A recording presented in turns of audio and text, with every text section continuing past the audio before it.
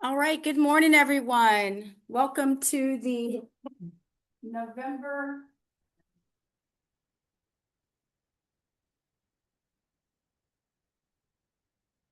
Welcome to the November Southside Wellness Coalition hybrid meeting. Let's go ahead and begin our review of the day. So we're going to start with the agenda for this morning. Got that up on my screen. For those of you in person, you also have a hard copy of that. I'm just going to scroll down for just a minute to do an overview of that. Again, this was also in the monthly newsletter. If you did not receive the monthly newsletter on Tuesday of this week, please let us know in the chat box so we can add you to that. That is our main way of communicating information from meeting to meeting with our successes and our plans. So today's agenda includes a wonderful guest speaker from LAD Consulting, looking at our membership campaign update, nominations for FY26 leadership team, talking about our wonderful events at our two local high schools this past week, and updates from our youth coalition, followed by leadership updates, membership updates, and of course, our wonderful events coming up in the community this month, next month, and into January. And then a link to our next meeting in December, which will not be hybrid. That will be virtual only. Out of respect for crowded spaces during the holidays, we're going to have that meeting totally virtual. So I feel like going back in time a little bit. All right, so with that being said, I'm going to stop screen share on that. And then we're going to open the floor for introductions. Then we'll do approval of the minutes. So we'll start in the room first. But Dennis. Dennis Damians, Veterans Affairs. Awesome. Welcome, Dennis. Jenna Dahl, Prevention Specialist for Southside Behavioral Health. Awesome. And I'm Kenan Tyner-Smith, Director of Prevention at Southside Behavioral Health. So I'm going to popcorn it to the screen. We'll start with Jenny. Good morning. My name is Jenny Simmons. I am the owner and operator of LAD Consulting. I'm the guest speaker today. Welcome. I'll go to Jeanette. Jeanette, if you'll popcorn to someone else on the screen. All right, good morning. My name is Jeanette Grimes, one of the leadership team persons for Southside Wellness Coalition. I will popcorn it to Kimberly. Hey, good morning, everybody. Kimberly Gordon. I'm a high school teacher, Halifax County High School. I don't know who has gone. I'm sorry. Elizabeth, have you gone? No, I've not. Elizabeth Cobb, Girl Scouts Virginia Skyline. The one area that your coalition serves that I do at my job at Girl Scouts is Halifax County. Glad to be on today. And we'll popcorn that to Brenna. Good morning, Brenna Link, Population Health Manager, Virginia Department of Health. And I'll popcorn it over to Ishmael. Good morning, everyone. Ishmael Lane, Carthia Health Ambassador, Community Health Worker, serving the Southside, Halifax County area. I don't know. Is anyone else left in the room that hasn't introduced themselves? Oh, yes. We'll popcorn that to Alfonso Izell. Okay. Yes, good morning. My name is Alfonso Uzzle. I'm Chief of Police at Southside Virginia Community College. And I Good think morning. I might be the last one. No, we'll popcorn that to John Morris. Thank you so very much. Good morning, everyone. My name is John Morris, and I am the former school counselor from Russell Middle School. I am no longer in that position. I am currently a community member of Brunswick County. Welcome. And then we'll popcorn that to Catherine, but she said her audio was not working. So we are joined by Catherine Maloney, who is the co-chair of the leadership team. So welcome to everyone. So glad you could join us. If anyone else pops in later, we'll catch up with them at that time. All right, awesome. So I'll go forward with sharing the last meeting's minutes. Again, those of you in the room have a hard copy. Those of you online, it was in the newsletter, as well as now I'm sharing it on the screen. Awesome. So you'll see there on the screen the minutes from October. Again, they're recorded and posted on our blog. Lots of wonderful folks there. We had a dual meeting, I guess that's the word for it. We had a morning meeting and talking about our membership campaign and updates from our coalition and membership updates and talking a little bit about the youth and all the wonderful events we were having in November. And then that evening, we hosted Dr. Skylar Wells, who is a teacher in Halifax County Public Schools and also an expert on the field of ACEs. And she did a presentation in the evening to accommodate many folks who were able to come and join us online in person that evening. So fantastic October meeting, again, with 2 meetings basically in the same arena. Let's see. All right, so we want to make a motion. Anyone have any changes, suggestions, issues with the minutes before we put them up?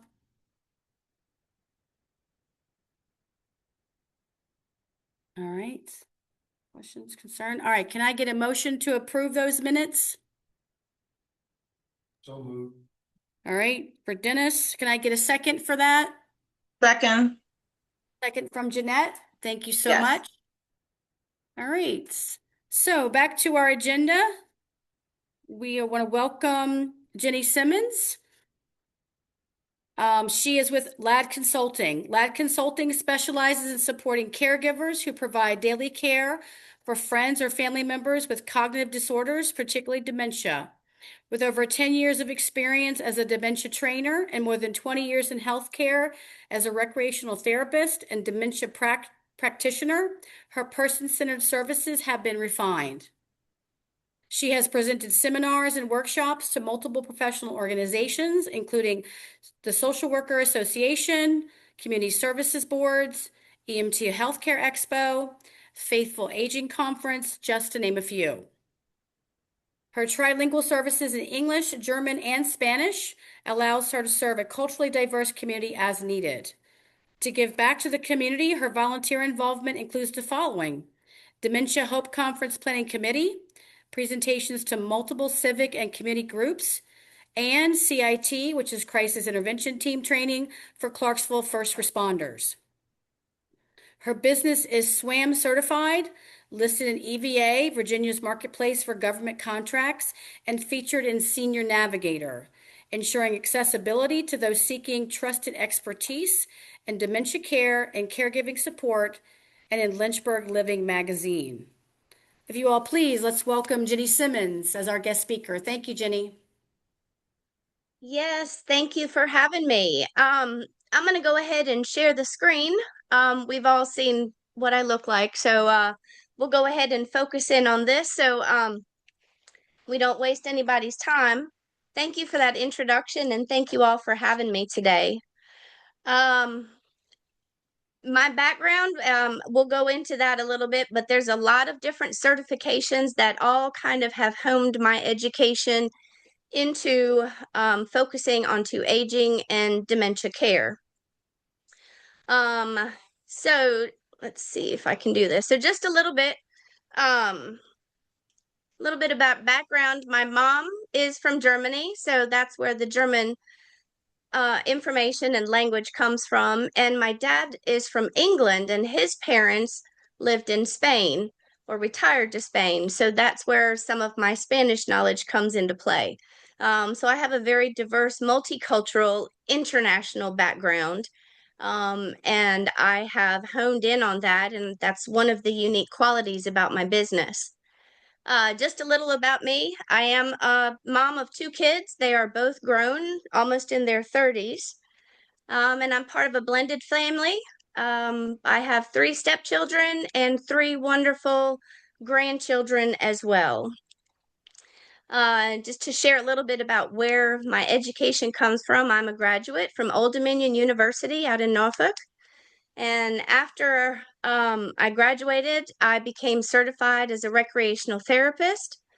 And then as my career progressed in aging and working with seniors, I became a certified dementia practitioner. Both of those certifications are nationally recognized. They are not state certification, so that is international. Oops, sorry about that. My work background, I have 22 years of healthcare history. I started out at the hospital setting. I worked in a lot of one-to-one interventions, did a lot of psychology, and worked with the psychology units as well as the rehab, physical rehab as well. I transitioned into long-term care, and then I've worked in assisted living. I've worked in adult care centers. I've worked in home care settings, home health agencies, as well as my own personal companion jobs. So with all of that, kind of honed all of my skills in working with seniors and aging. After 22 years of healthcare, a little bit before, right before COVID, I got out, got a little burned out with working in the facilities, but I still wanted to be involved with the community. And so that's what prompted me to start my business venture with Living Active Dementia, which is where LAD comes from. LAD Consulting. I have been working with the Tidewater EMS group for about 4 or 5 years now, presenting at their healthcare expos. So not only did I venture in healthcare and do education and trainers and things as that, but I'm also a trainer for EMS and first responders. I was very involved with the Alzheimer's Association and then branched out with the Dementia Hope Conference, and offering that education and support for our local community members. So these are the 3 primary areas of focus that my business, LAD Consulting, works on. I would like to help reduce caregiver stress. And you do that with tools and tips and education, support, and resources. The more knowledge you have, the more empowered you are. And the more empowered you are, the more you can handle any of those frustrations that you are challenged with. The second focus is for those that are before caregivers. We're looking at continued wellness techniques and fall prevention techniques. Also look at home assessments and making sure that the home is safe for that transition if you are concerned about falls and such like that. 50% of the falls at home lead to hospitalization and some type of either head injury or traumatic break. So preventing those falls is a good way of staying at home. And that is my focus. Keep people at home as long as possible. The third focus is, of course, the dementia training for healthcare and first responder personnel. Giving that knowledge and education, since a lot of our seniors do go into facilities, we want to make sure that those people that work in the facilities are qualified and have that knowledge base as well, because whether you're a caregiver unpaid with family members or even as a paid caregiver in a healthcare facility setting, you still have to be able to handle your frustrations and caregiver stress. All right, so these are some of the community workshops that I do offer. These are most of the ones that I am able to offer for free with most of my civic organizations, with donations as the group does see fit. And just to kind of go over it, aging in place at home. And so this is looking at what you can do at home to stay safe and to pretty much stay at home safely.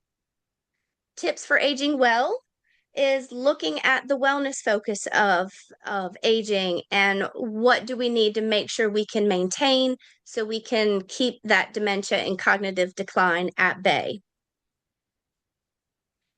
Community resources. I am in the Lynchburg area, but most of the resources that I do talk about are Virginia and statewide. Some of them are national. For example, one of the resources I talk about is 211, which links into Virginia Navigator and Senior Navigator. So that's Lynchburg, Danville, Charlottesville, doesn't matter. That's community resources across the board. Is it natural aging? A lot of people are curious to know whether it's natural aging or whether it's something else. Do I have dementia? Is it natural aging? So that kind of talks a little bit about that. What's next after a diagnosis? That is another question that I hear a lot of. And this one is just kind of a brief overview of what a person or family may need in order to know what the next steps are after they leave the doctor's office. Sometimes the doctor gives you that drop of a diagnosis and says, okay, there's resources out there, have a nice day. So this kind of gives a more kind of overview of what steps are important to be able to stave off the frustration, looking at different paperwork and things that may be needed. Caregiver Bill of Rights is extremely important. If you are a caregiver, believe it or not, there is a list of Bill of Rights that you have, one of which says I have a right to take time for myself, self-care.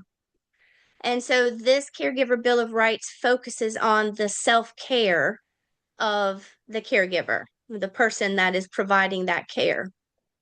I do have a Caregiver Bill of Rights for community members and family members, as well as those within the healthcare realm. Slightly different, but pretty much the same basic concept. Home safety workshop is exactly what it says. It looks at different rooms and what you can do to make sure that it is safe for an aging relative. Managing behaviors is looking at a brief overview of what could influence behaviors with someone with a cognitive disorder and what you could potentially do to reduce some of those behaviors, because behaviors tends to be one of the biggest caregiver frustrations. Myths and signs of dementia, looking at what are the signs to look for? Is it just the disheveled look? Is it just the forgetfulness? What else do you need to look out for if you are concerned for somebody?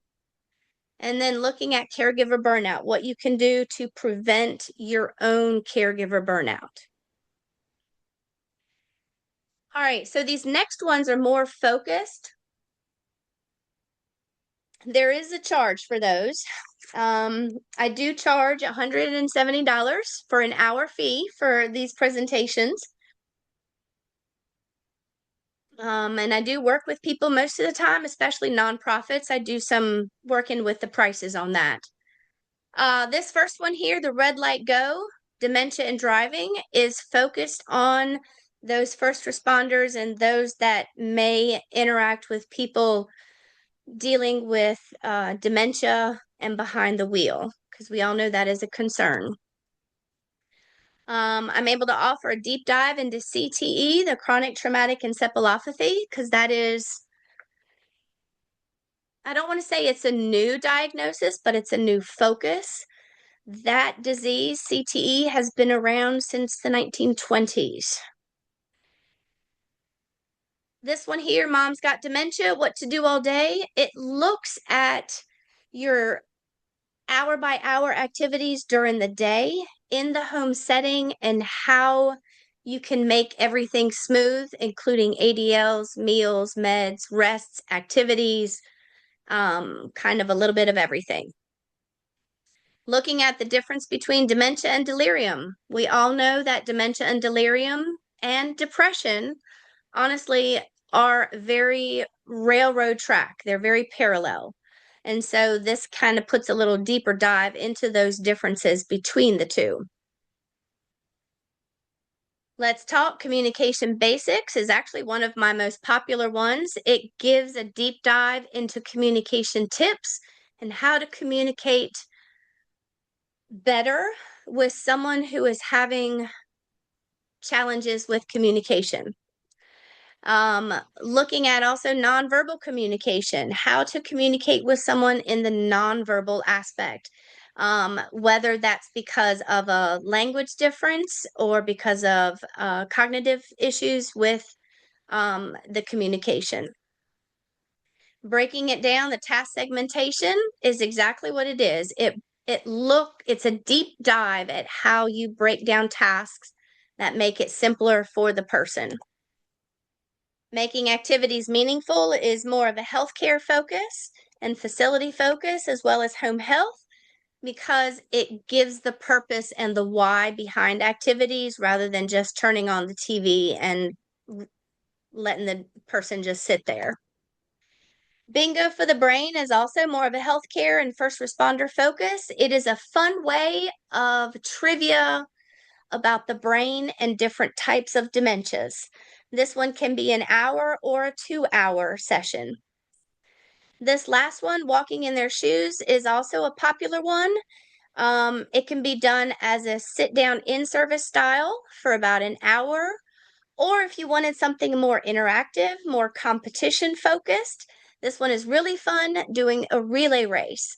So let's say it's for Firefighters Week and you wanted to have a competition between all the different firehouses.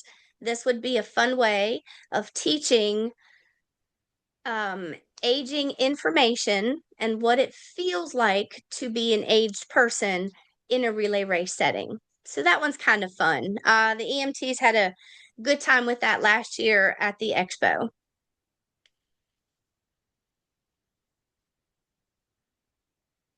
So lastly, I have my specialized seminars. These are this is an Alzheimer's disease and dementia care seminar. This is the seminar that is needed for the path to become a certified dementia practitioner. It is an 8-hour intensive course. Once you take the course and the seminar, you then apply to the National Council of Certified Dementia Practitioners, NCCDP, and you then pay a yearly fee and you have to keep your CEUs, but it's an additional certification to show that you have a deep dive knowledge and information about all of these modules that just came up. So it looks at the communication, the environments, the fall preventions, the behaviors.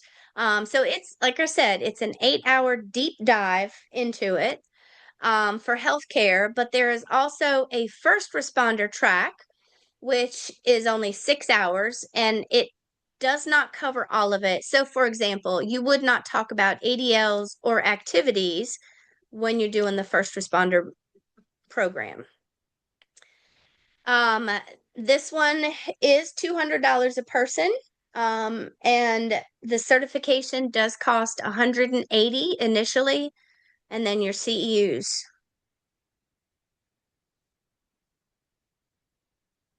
So those are the seminars that I do. I also offer the one-to-one consultations, which I find are the most helpful and beneficial for those that are out in the community.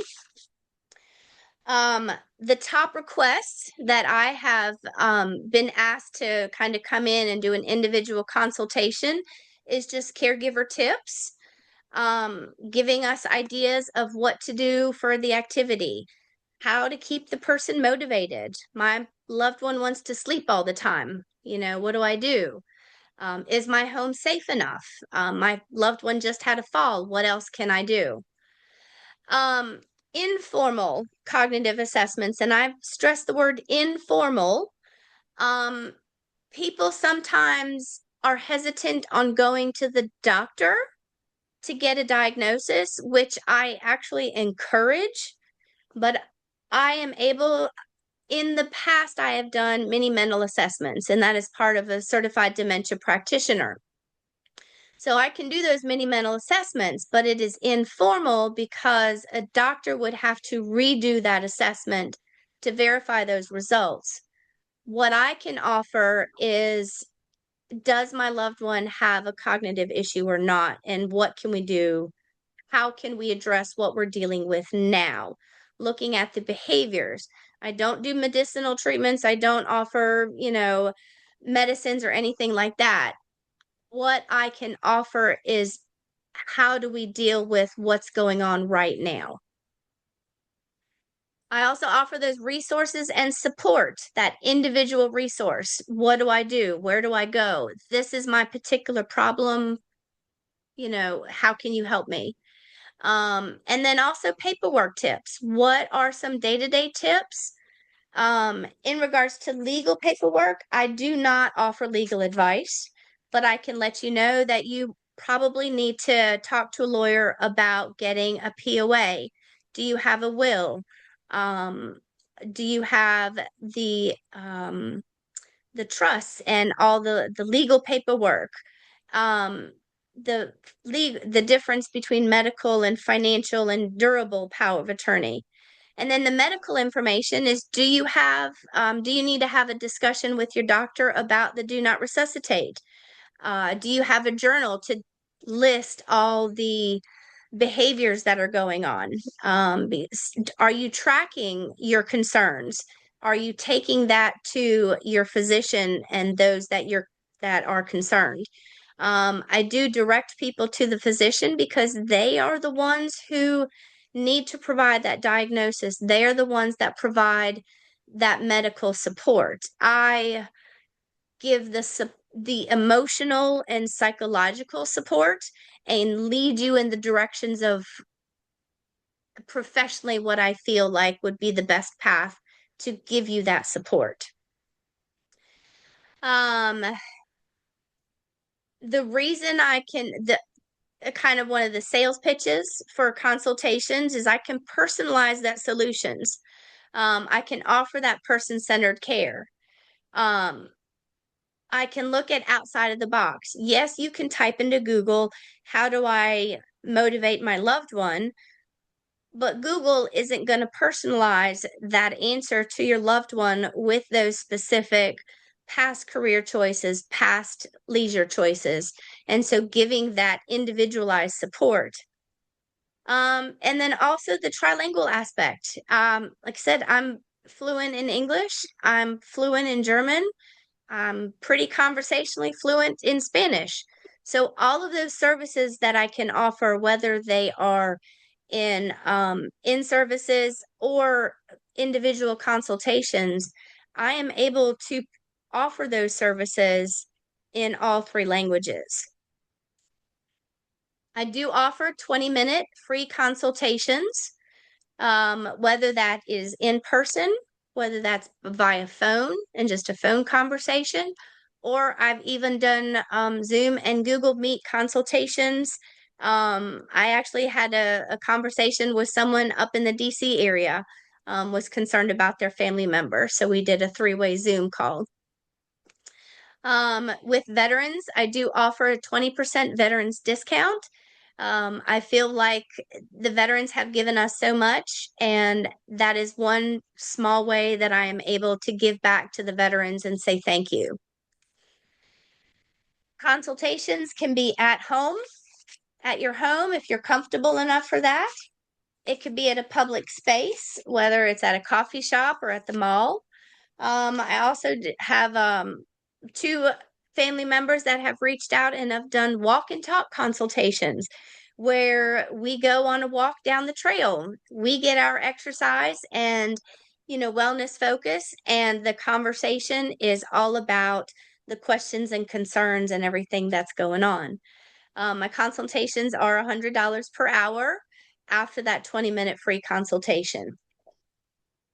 One last thing I wanted to add, and I did not put into the slideshow, how does my LAD consulting, help focus with the children and the youth and the younger population. And the way I would answer that question is the aging in place relay race, is the signs and myths of dementia. We tend to have a lot of grandparents that are stepping up and taking care of children. And so this is not just, oh, it's not going to happen to me. I'm too young. I don't need to worry about it. It is a focus on my parents, my grandparents are getting older. They're acting kind of weird now, and I really don't understand what's going on. And so, this is a way that you can bring the youth into the picture, into these education programs, and offering that support. I've actually encountered some young adults, 17, 18, 19 years old, who are already caregivers for their family members. That is a very young age to have to step up and be a caregiver when you are just learning how to be an adult. And so offering those support, that resources, those information to be able to help reduce that frustration, that is the key to help support the youth in our community, as well as those middle-aged and senior members that are aging in place already at home. And this is my contact information right here. I'm sure Kenan can also share that with you afterwards. If you would like a copy of my presentation, I'm sure we can coordinate that with Kenan as well. And I'm going to stop my screen share. So if there's any questions, you guys can reach out. Thank you very much for your time. Thank you, Jenny. So floor is open. Questions?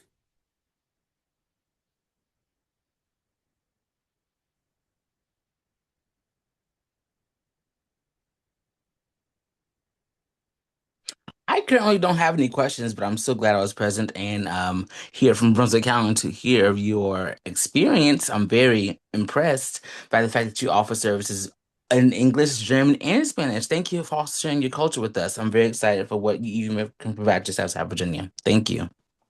Absolutely. Thank you. Thank you. Thank you. Dennis, I do have one question.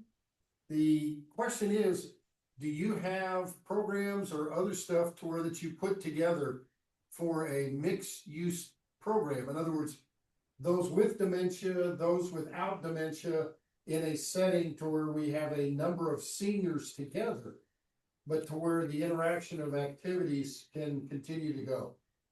So Jenny, Dennis is in the room and he asked if you offer a program with mixed persons. In other words, Mixed some with persons, so- dementia, some without. Okay. But they're all extremely mature. Right. Gathering a group of older folks to Yes. talk about this various conditions that may or may not exist within their families. Do you offer that? And activities for that mixed group. And activities for them to do.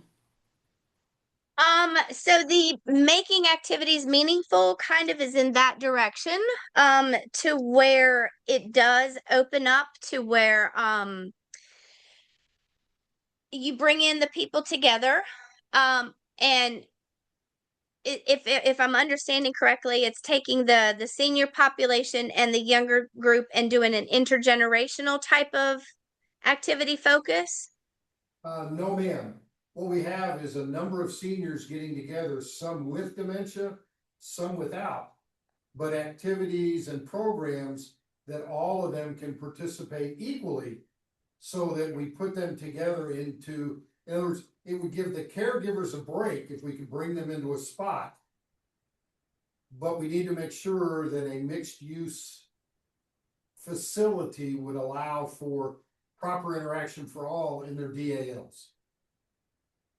So that does sound more like of an adult care program, to bring the people with dementia and without dementia together in a social setting.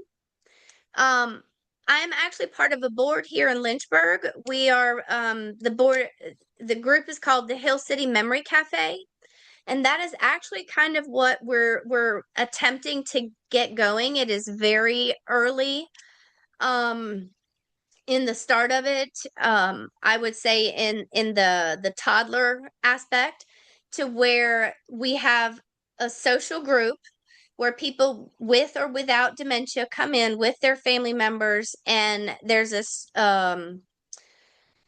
the social and interaction aspect of it.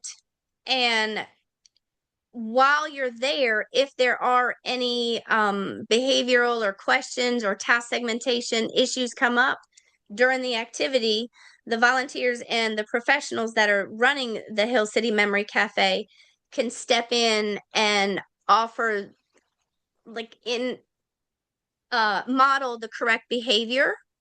So it's not necessarily giving the caregivers that respite care, but it is offering the caregivers a way to relax and be the person, be the husband or the wife or the son or the daughter, and relax and have fun, and not always be, this is how it needs to be done. This is, we need to now take your meds. It's now time to eat. And it takes that caregiver away and puts the relationship back in. Thank you. I hope that answered that question. Shannon Simpson's coming. Attendance. All right. Any other questions from the floor? Yes, if I may. Thank you, Jenny. That was a great presentation. So I have a question. And I know you talked about, and I truly understand if you have a presentation in which, you do a presentation and you have a fee for that. So if a family wanted you to come in or wanted some services or said, Jenny, can you put together a package of information of things that I really need to have as a caregiver for this person? Would you do that one-to-one with the family, whether it's in person or Zoom, and give them the package? Or would you want that to be as a group and do it for a fee? Or the fee is with both? Just something to think about. You don't have to answer it now, but I did wonder about that because sometimes that's a real need. And just speaking to, I had an older brother that passed away recently, and thank God he had everything in place. We had talked about all these things in place. He didn't have dementia or anything, but that's really, that situation can be traumatizing to families if things aren't in place. So I just wondered about that. I do have what I give away with my free presentations are some of those resources and information. One of them is a abbreviated list, maybe not as detailed as if, because it can be up to about 5 pages long of everything that you may need. You yourself know, having gone through someone that has passed, how much information is needed. What I usually do with that package of information is I have a list of resources that I can give up. I have a suggested list of, these are the things that you may need. List of doctors, phone numbers. Are you on the HIPAA list of medications, list of things like that. Yes, I have a package of information. If it's more detailed information, let's say we can get all of those questions in that 20-minute consultation, I will absolutely be glad to give that information that we talked about. Any resources that may be helpful, I'm going to give it to them within that consultation. If they need something more detailed, or they want someone to go over it or help them figure out and looking at it in a more deep dive of that, that's where that consultation fee will come into play. Okay, thank you so much. I appreciate that. Yes, ma'am. All right, any other questions?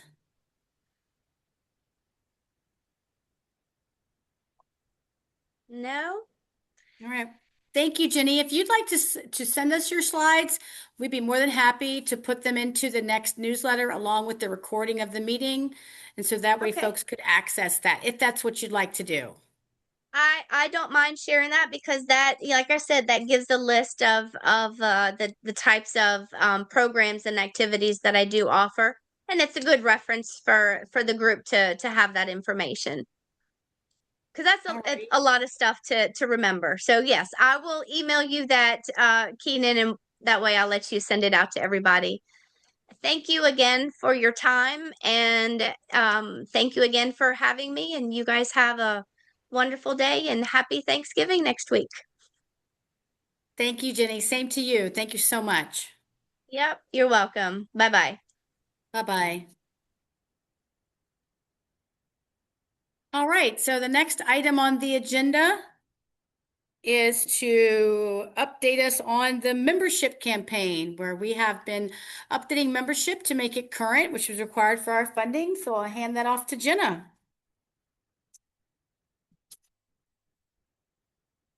Alrighty.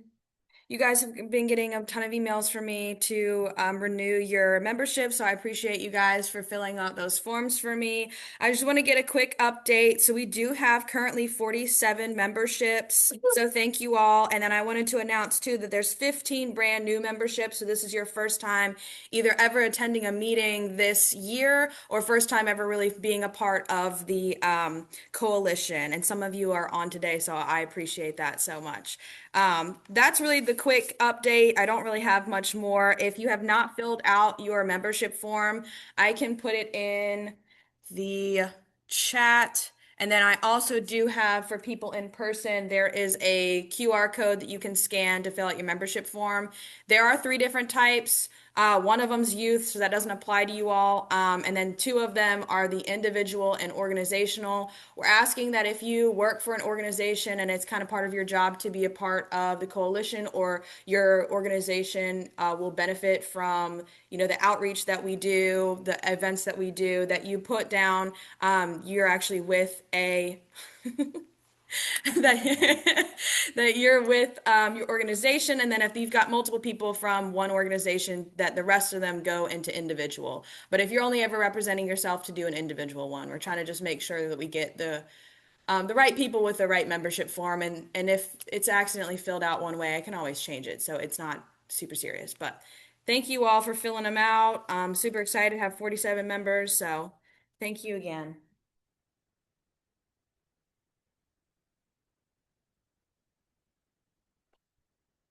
Awesome. 47. Woohoo.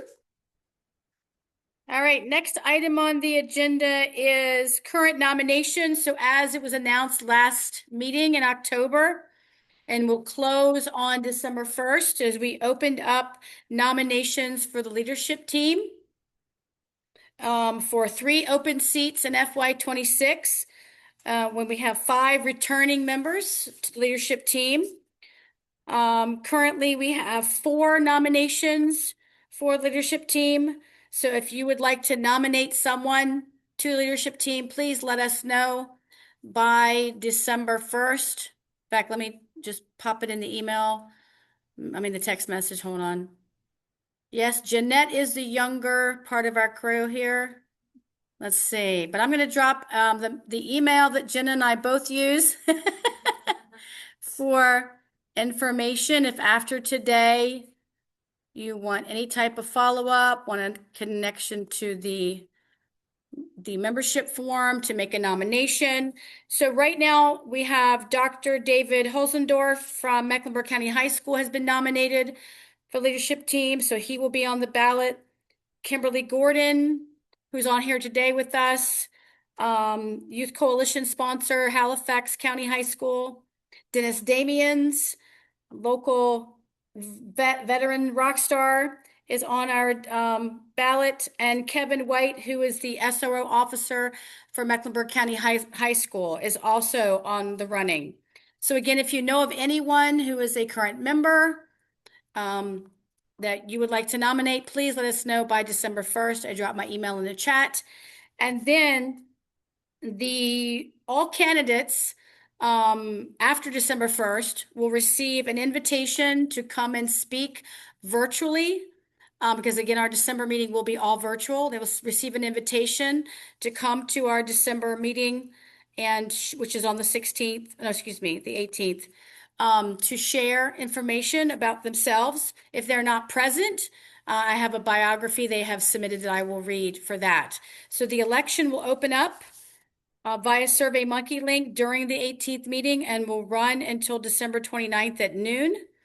And then after such time, with the new year, January 1st rolls around, we will send out a special blast from our marketing team announcing the new leadership team for FY26. So lots of exciting things happen. Hope you all would join us at the December meeting. Hope that if you have not completed a membership form, you need to do so in order to vote, because the voting ballots will go specifically out to right now our 47 current members to vote via SurveyMonkey link and have us a wonderful leadership team for FY26. The floor is open for any questions about that.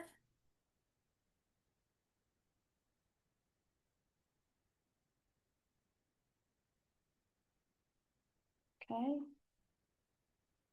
All right. Next topic on our agenda is to talk about our Hidden in Plain Sight events.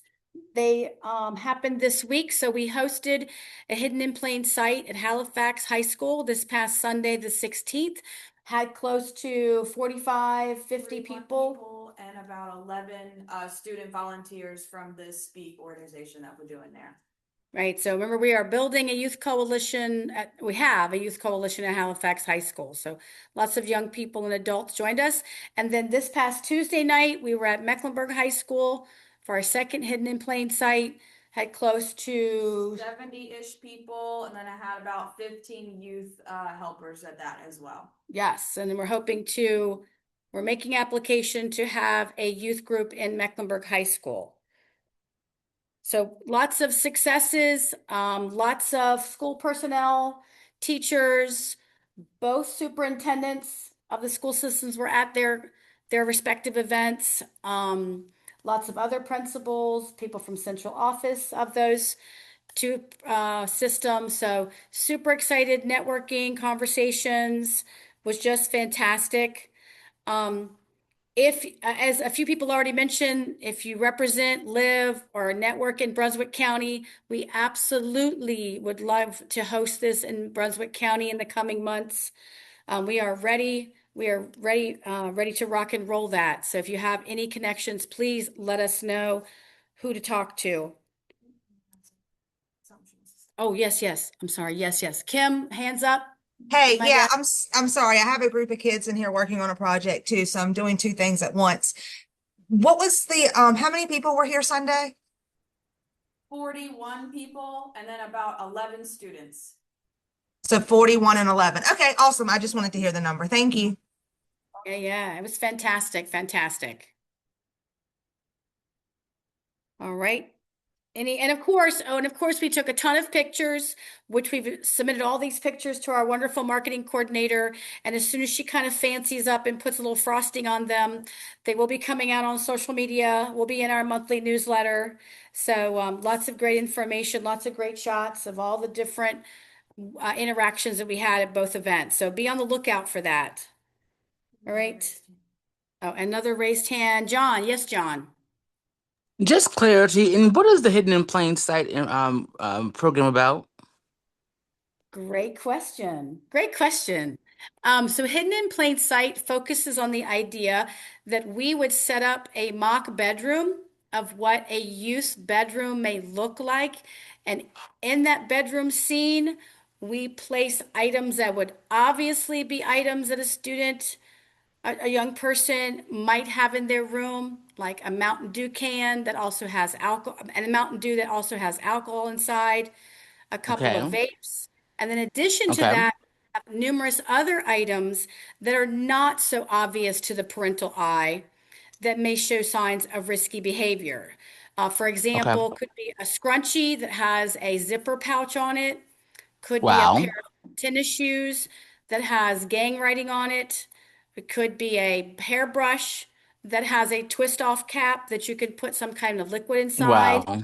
Yeah. Um, so what we do is we invite the parents to come into um, the school and walk through this bedroom, and we ask them to be looking to see what they see and what they might not see. That again, is hidden in plain sight. After they walk through the bedroom, then a member of our local sheriff's department, so hidden in plain sight is done in conjunction with local law enforcement, because they often are in homes and have experiences with youth and families. Plus, they're also developing relationships inside the local schools as SRO officers, right? So they then get up and do a presentation on current drug, what's happening in the school system, things that, again, as parents, that we should be aware of. Anything from social media content to uses of vapes and etc. Then, after that, there's then a return to the bedroom where someone again can share the items that were hidden in plain sight. Now, with all being said about that, John, the main focus is to encourage parents to be nosier, to be more receptive to the idea. They need to be looking and monitoring and watching what their young people are doing. That drug paraphernalia, fun activities, risky behaviors have vastly changed in the last generation, really within the last 10, 15 years, and to be much more aware of what your child may be doing that puts them at risk. And so that's the main focus, would you not say, Jenna? To the evening. And of course, we also, with all the different, oh, which I didn't mention, I'm so sorry. We had 10 to 15 different local resources in the community also present with us on both nights. We had folks from the Virginia Poison Control Center, Virginia Legal Aid Society, the Health Department, Virginia Tax Engaging Halifax. We had the Mecklenburg County YMCA. Yes, we had, yeah. We had tons of and those folks are in the business of supporting families. Those folks have programs around health and wellness. So the night also is an opportunity for you to learn about, which people often say, I have no resources in my community. Well, we as a coalition, as you know, have become the hub of that information, that we are challenging the idea that we don't have resources, that we don't have good quality care available in the community, and that we're inviting parents to step out and join that. But let me say this. Also, with the hidden in plain sight, we don't see it as a one-stop shop. We don't consider this to be a one-time event. We're already in conversations with Ms. Gordon and Dr. H at Mecklenburg High School about what are the next steps. One of the next steps, obviously, is expanding and building upon the youth coalition inside the building, and also other nighttime evening activities where we can be inviting parents into more of these conversations between us as a coalition, these different resource agencies, and local law enforcement, right? Because the ultimate focus is to create a safer, healthier community for our young people. Yeah. In summary, hidden plain sight is for adults, and it teaches parents, caregivers, anyone about how kids can hide drugs and substances, but also how businesses market towards your children. Oh, yeah. And then working with the sheriff's department to talk about what's actually happening in our communities. And then we use that to get our foot in the door so that we can educate parents and, make the schools a safer place. Yes, yes. All right. Any Thank questions? you so very much. Yeah, thank you so much. No problem. And there are folks on here today that were there. Anyone wanted to add anything to that? It was fantastic. The video that they showed, I wish they'd showed the hoodie video at Mecklenburg. That they had a video of a hoodie that contains a vape, and that the tie on the hoodie is a hookah pipe kind of thing for it. And they showed how things are actually being marketed to our kids. And I wish they had showed that at Mecklenburg. They showed it at Halifax. That was a fantastic thing to see, to understand how much these kids are being targeted in marketing to try and get them to start using vapes. Thank you, Shannon. Absolutely, absolutely. All right, next item on there is an update from our current coalition in Halifax High School, Speak. Yep. So Speak meets once a month. Kim Gordon is our adult sponsor for that. We just met yesterday. We had Donna Lopez from Mecklenburg County Schools come and talk about her experience, and then also with her kicking it for Kyler organization that she's put together. So she came and talked to the kids last night. They have decided to call themselves Speak, which stands for Students for Prevention, Education, Awareness, and Knowledge. They've just also made a one-pager so they can start tabling with us at resource events, and then also have decided on a logo, and they want to mimic 988 colors because that's really important to them. They're going to be focusing on vaping for this upcoming year, and they're looking at their school policy in the next couple months, making sure that it is evidence-based and best practice. Kim, do you have anything you want to add? She might be teaching. Yeah, she's got a classroom. I know. That's all right. You shared, so it was awesome. All right, and then with leadership team updates, would anyone from the leadership team that's on the call like to provide any type of update before I go into the trainings that we have available? All right.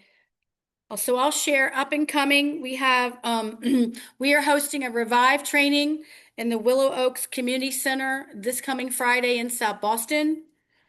We are hosting a youth mental health first aid, which by the way, I have hard copy flyers for folks in the room over here. If you'd like to take a flyer to post somewhere. For those online, they were in the newsletter. Again, if you want me to send them to you individually, you can drop your email in the chat now, or you can email me at prevention email that's in the chat. We can send those to you. We are hosting a youth mental health first aid on December 1st, the Monday after Thanksgiving. That class is still open. It closes tomorrow so that folks can get their online pre-coursework done. But you're welcome to join us on December 1st for youth mental health first aid. Then on January 5th, we've also launched a youth mental health first aid. That will be hosted at the Southern Virginia Higher Education Center in South Boston. We have another adult mental health first aid that will be hosted on January 9th in Clarksville. And then we have January 12th, another youth mental health first aid that's also hosted in Clarksville. And then January 6th, we are hosting a closed session just for Halifax County Public School teachers at South Boston Elementary on January 6th. So as always, if you know of any location that's willing to host any of our suicide prevention, opioid overdose, mental health awareness classes, please just let us know. Give us a nice warm handoff to someone to set up more again of these events as we move into the new year.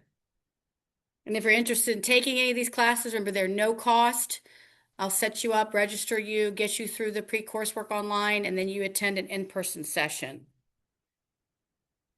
Okay, and then now the floor is open for member updates. Who would like to start us out?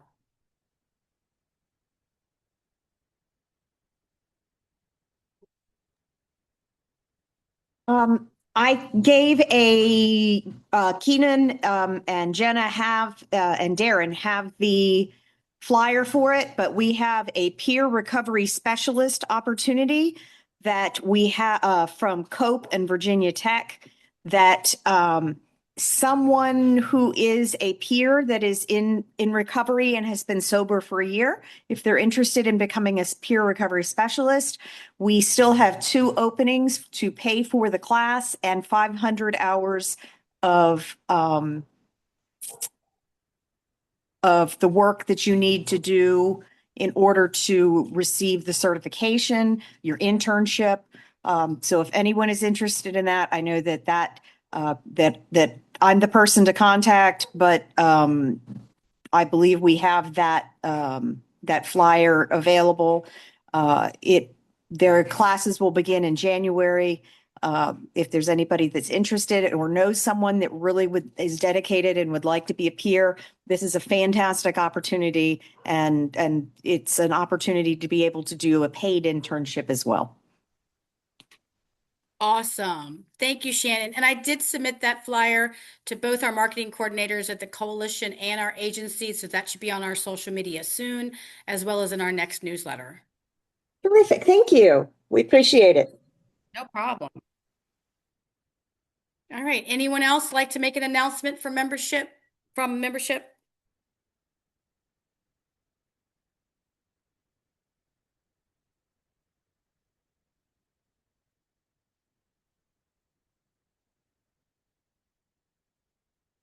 Okay. Did anyone in the room have an announcement of any kind?